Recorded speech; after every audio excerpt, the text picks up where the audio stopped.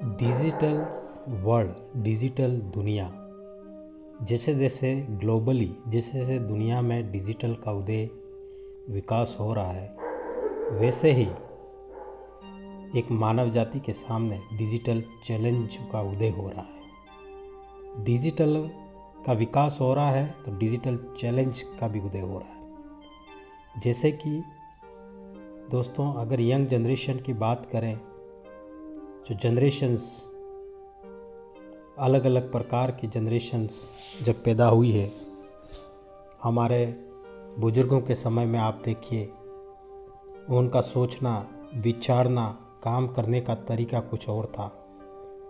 जो उनके बाद की जो जनरेशन 60 साल का व्यक्ति, 50 साल एज, 45 के एज के लोग हैं, इन लोगों के टाइम में इंटरनेट के ज़माने का उदय हो चुका। जैसे जैसे इंटरनेट का प्रचलन हुआ, लोगों ने डिजिटली सोचना शुरू कर लिया।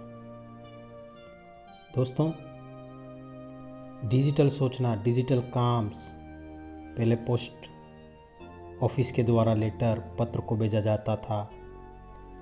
पहले एक काम के लिए टेलीफोन बूथ पे जाके फ़ोन किया जाता था। पहले सिनेमा हॉलों में लोग इकट्ठे होकर सिनेमा देखा करते थे। वो ज़माना एक डिजिटल की शुरुआत थी, नींव रखी गई। बट जैसे जैसे दुनिया बढ़ती गई, दुनिया में आविष्कारों का उदय हुआ, दुनिया में रिसर्च का उदय हुआ, दुनिया में जैसे तैसे टेक्नोलॉजी का विकास हुआ। टेक्नोलॉजी ने काफ़ी हद तक पूरी दुनिया को बदल के रख दिया। सो दोस्तों, आप सभी को जय मसीह का और स्वागत करते हैं एक बार फिर इस United online fellowship YouTube channel में। 2025 में एक नए इस चैलेंज भरे वीडियो के साथ आप सबों से कनेक्ट होने की एक कोशिश है। अगर आप नए हो तो चैनल को सब्सक्राइब करिए, लाइक करिए और अपने दोस्तों में शेयर करिए, जिससे कि आप प्रभु के लोग प्रभु की महिमा के लिए आने वाली चुनौतियों का सामना कर सकें और परमेश्वर आपकी मदद कर सकें। God bless you. आइए हम शुरुआत करते हैं कि डिजिटल की आज हम बात कर रहे हैं। दोस्तों, डिजिटल वर्ल्ड बहुत ही तेज़ी से दुनिया बदल रही है। बहुत ही तेज़ी से दुनिया में अलग अलग प्रकार के मशीनरी का आविष्कार हो रहा है, और जैसे तैसे मशीनरी का आविष्कार हो रहा है, उस पीढ़ी में जनसंख्या की वृद्धि भी हो रही है, बच्चे भी पैदा हो रहे हैं। और जो बच्चे आज की दुनिया में जो पैदा हो रहा है, मीन्स 2025 1 जनवरी 1 जनवरी 2025 में जो भी बच्चे पैदा होंगे, उनको जनरेशन्स बेटा कहा जाएगा। और जो बच्चे 2010 से 2024 तक पैदा हुए, उनको जनरेशन अल्फ़ा कहा जाता है। दोस्तों, इस प्रकार जनरेशन का ये ग्रीक वर्ड्स दिए गए हैं। और ये जो पैदा हुए हैं, जो 2000 के बाद के बच्चे हैं, 90s के बाद के, इन लोगों ने इंटरनेट का ज़माना देखा है। उनका सोचना, उनका विचारना, उनका चलना, ये आम बात हो चुकी है। आपने कहते हुए सुना होगा कि हमारे ज़माने में तो लोग सुनते थे, समझते थे, फिर सोच समझ के बातें करते थे। आज का ज़माना वो नहीं है। आज का ज़माना जैसे का तैसा, आपने महसूस किया होगा। लोग बोलेंगे, लोग सोचेंगे नहीं, वो बोलेंगे। यूट्यूब का ज़माना, फेसबुक का ज़माना, इंस्टाग्राम का ज़माना, जो पीढ़ी 2000 के बाद 2010 के बाद की पीढ़ी है, इन्होंने आर्टिफिशियल इंटेलिजेंस को आते हुए देखा है।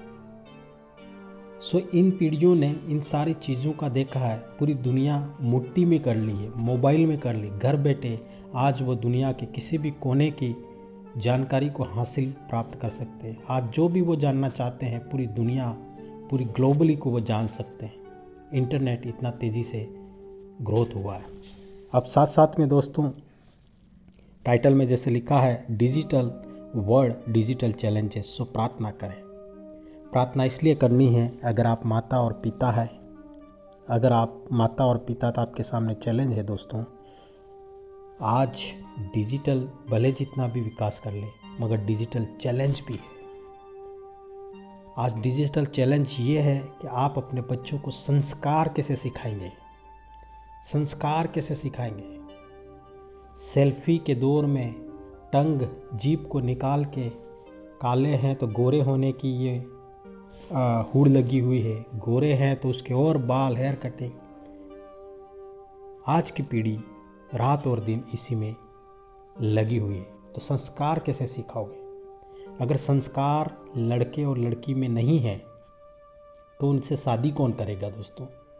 हर माता और पिता ये चाहता है कि हमारे बेटी में संस्कार हो, हमारी बेटी घर बचाए, हमारे बेटी का एक परिवार हो। मगर अगर बेटी में संस्कार नहीं है या बेटे में संस्कार नहीं है तो परिवार कैसे चलेगा?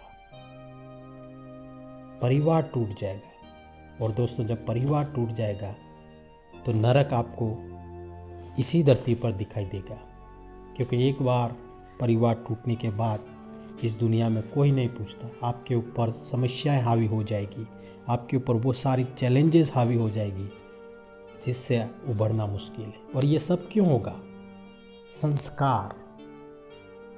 संस्कार, क्योंकि बच्चों के पास टाइम नहीं, मोबाइल है, रात और दिन में मोबाइलों में घुसे पड़े रहते हैं।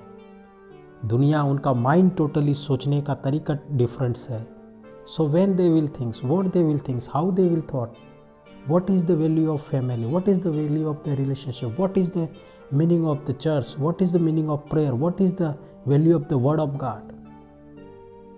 पवित्र बाइबल को खोल के फिजिकली बाइबल को पढ़ा जाता है, आज मोबाइल में पढ़ेंगे। मोबाइल में पढ़ना और पवित्र बाइबल को खोल के पढ़ना ज़मीन और आसमान का फ़र्क है। जब आप पवित्र बाइबल को पढ़ते हो, आप प्रेयर करेंगे, आप फील करेंगे, आप महसूस करेंगे उसकी प्रेजेंस, आप सोचेंगे, समझेंगे, और पवित्र आत्मा देव आपकी मदद करेगा। पवित्र आत्मा उन वचनों को समझने में मदद करेगा। और फिर आप पेन लोगे, आप नोट में भी लिखोगे, और जो भी आपसे प्रभु बात करता आप उसे लिखेंगे, और वो वचन आपकी ज़िंदगी की मुसीबत में, परेशानी में, समस्या में, संकट में, निराशा में, उदासी में, हर एक समय वो वचन आपकी अगुवाई करेगा। वो वचन आपका एक साथी बनेगा। जब सारी दुनिया खिलाफ हो जाए, जब सारी दुनिया के लोग आपके ऊपर झूठे आरोप लगा दे, जब सारी दुनिया के लोग अगर आप विश्वासी हो, आप प्रभु यीशु में विश्वास करते हो, तो आप पे धर्म परिवर्तन के भी आरोप लगाए जाएंगे। अगर आप अपने भाई बहन, अपने दोस्त के यहाँ मिलने भी गए तो आपको इस आरोप में फंसा दिया जाएगा कि ये तो यहाँ धर्म परिवर्तन करा जा रहा है। दुनिया बदल रही, सरकारें बदल रही, नियम कायदे प्रभु के लोगों के लिए इतने सख्त किए जा रहे हैं।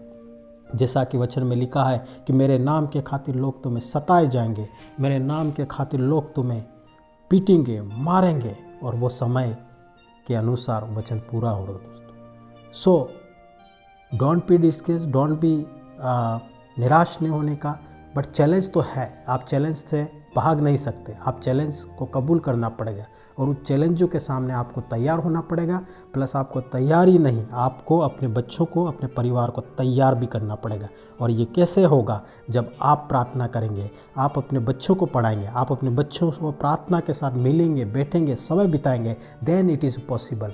अगर आप अपने रूम में अलग हैं, वो मोबाइल में लगे हुए, आप मोबाइल में लगे हुए, पूरा परिवार मोबाइल में लगा हुआ है, तो आप संस्कार नहीं सीख पाएंगे। और संस्कार नहीं सीख पाएंगे तो बच्चों के आने वाले समय में भले दुनिया विकास कर ले, भले डिजिटली विकास कर ले, मगर एक न एक दिन उनके जीवन में वो ऐसा परेशानी का सामना करना पड़ेगा। अगर वो कैपेबल है तो उस परेशानी का सामना करने में प्रभु मदद करेगा।